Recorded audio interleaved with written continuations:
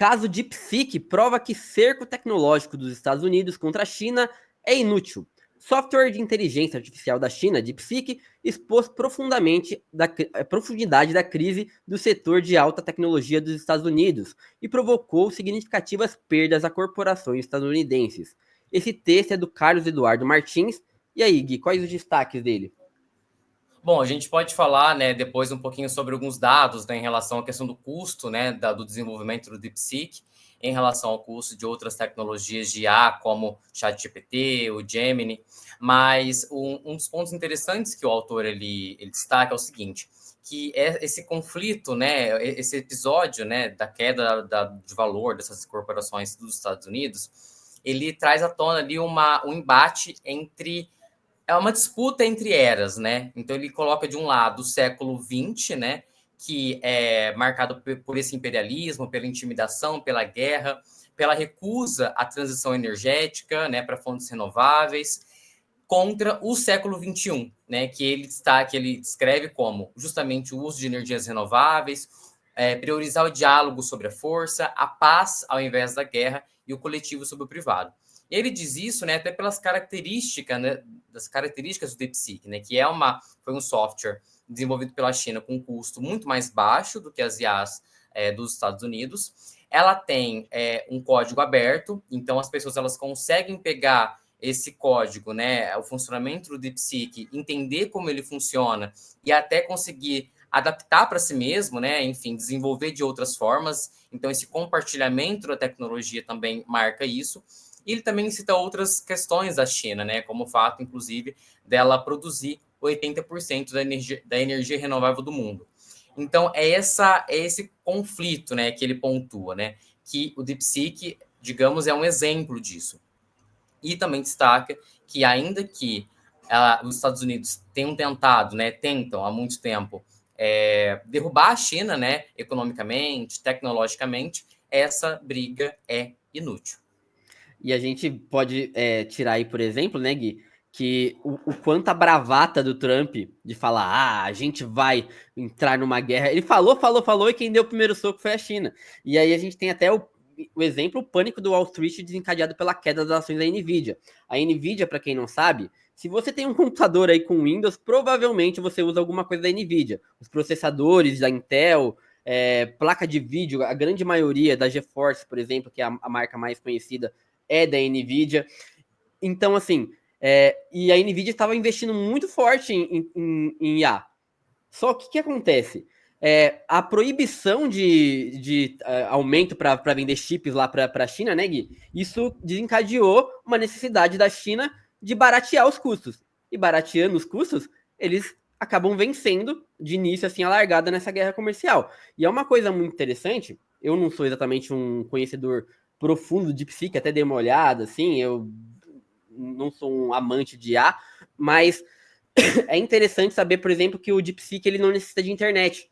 Ele tem uma forma de você baixar o conteúdo com todos os dados para o seu computador, se você tiver um processador razoável, e você deixar ele lá com todos os dados respondendo você sem conexão de internet. O que é um diferencial com ChatGPT, Gemini e outros concorrentes aí da área. Fora o custo, né? A média aí de uma assinatura no ChatGPT é caríssima, cara. É tipo US$ 25, eu acho, se eu não me engano, o plano básico deles. E o DeepSeek, no momento, tá grátis, mas se eu não me engano, é 0,95 centavo de dólares lá a assinatura deles. Então, assim, é muito mais barato. Tipo, é uma concorrência quase que desleal, digamos assim, se você for parar pra pensar em termos de livre mercado, né? Sim, a própria questão do custo do desenvolvimento dessas tecnologias, né? Então, segundo alguns textos, o DeepSeek ele foi desenvolvido com 6 milhões de dólares, o ChatGPT com 100 milhões e o Llama da Meta com 60 milhões. Então, é uma discrepância, sim, muito grande, né? E aí coloca em xeque o porquê dessas corporações dos Estados Unidos estão usando tanto dinheiro assim para desenvolver tecnologias que, né, inclusive eu vi em vários testes, né, vi que fizeram vários testes com o DeepSeek e o DeepSeek saiu melhor que o ChatGPT, por exemplo. Uma outra questão interessante, aliás, um comentário, né, ontem o DeepSeek estava bem lento, na verdade ele não estava funcionando, e aí eu tentei entrar para uma aba privada para logar nele, e dizia que estava ocorrendo ataques maliciosos em larga escala contra os serviços do DeepSeek. E o ChatGPT estava normal. Então, assim, isso aí é algo para se considerar, né? Da onde estavam saindo esses ataques, né? Mas já voltou ao normal, praticamente. E uma questão interessante também que eu vi em alguns jornais também, é que o discurso, né? Inclusive, isso cabe até uma pesquisa um pouco mais ampla, o discurso que essas IAs têm sobre determinados assuntos, né? Então, por exemplo, se você pergunta sobre Taiwan para o DeepSeek, ele vai dizer que Taiwan faz parte da China. Se você pergunta para o ChatGPT, o discurso é mais ou menos de que é um país independente, funciona como um país independente, mas que a China considera parte do território. Só que, na verdade, dezenas, mais de uma centena de países considera Taiwan como parte da China. Isso é um princípio aceito na maior parte do mundo, inclusive pelos Estados Unidos.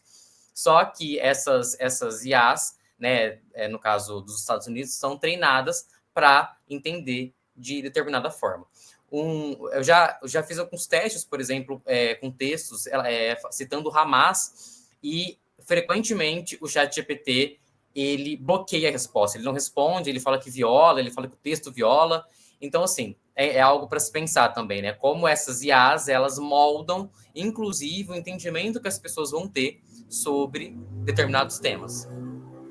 E aí a gente pode até falar uma coisa que você acho que falou no programa passado, Gui, sobre decadência do imperialismo, e o que a gente está vendo é uma crise econômica que vai desencadear também nesse desfecho que você traz lá atrás.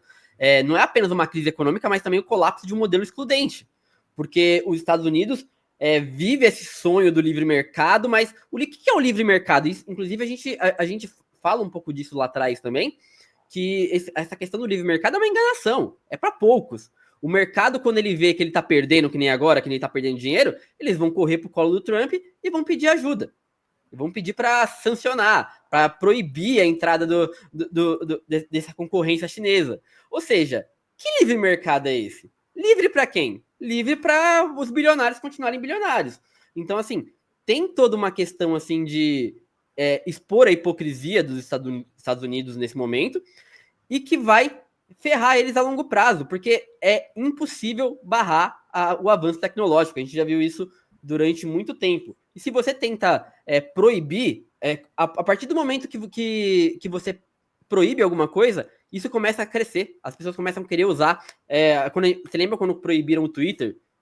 Virou uma febre de gente baixando VPS, VPN lá para conseguir entrar acessar o aplicativo. Ou seja, não dá. Os Estados Unidos já perdeu essa batalha antes de dar início. Só queria fazer uma correção aqui. Eu falei que o preço inicial do ChatGPT era $25. A Vanessa corrigiu aqui, falou que é $20.